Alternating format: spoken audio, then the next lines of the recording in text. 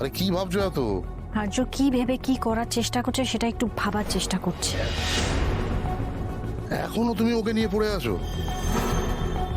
দেখুন, ব্যাপারটা আপনি যত সহজ ভাবছেন না, অত সহজ কিন্তু নয়। কেন সারেন্ডার করলো, কিসের জন্য? আর এখন যখন সারেন্ডার করেছে তার মানে এই কেসটা কোর্টে উঠবে, হাজারটা প্রশ্ন হবে, প্রমাণ করতে হবে, তখন আমি কি করব? এইসব ঝামেলার মধ্যে আমি থাকতে চাই না। ভালোবাসা যাই থাকুক, ও এই কাজটা করবে কেন?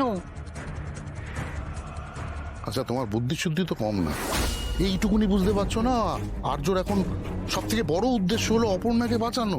দেখো দেখো, এইসবের মধ্যেও ভালোবাসার মানুষকে জড়াবে না, অনেক অনেক দূরে রাখবে। আমি তোমায় বললাম না, প্রেমের জন্য আর্য সব কিছু করতে পারে। রাইট। আপনি বোধহয় জানেন না, আর্য সিংহ রায় কিন্তু অপর্ণাকে ডিভোর্স পেপারটা পাঠিয়ে দিয়েছে। এটা শুনে আপনার হাসি পাচ্ছে? বুঝলাম, আমি যেটা বলছিলাম সেটাই ঠিক। শোনো, আর্যকে আমি 20 বছর ধরে চিনি। মাথাতেও আসেও, ভালোবাসা থেকে আসে। অপর্ণাকে যতটা সাধারণ মনে হয় ও ততটা নয়, কিছু তো একটা আছে মেয়েটার মধ্যে।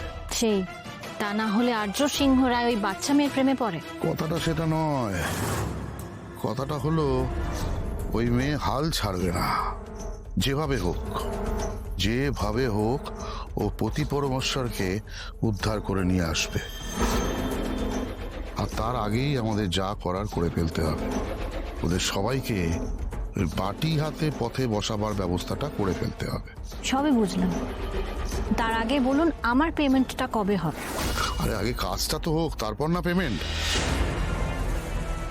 ওই অপর্ণাকে আমার বিশ্বাস নেই।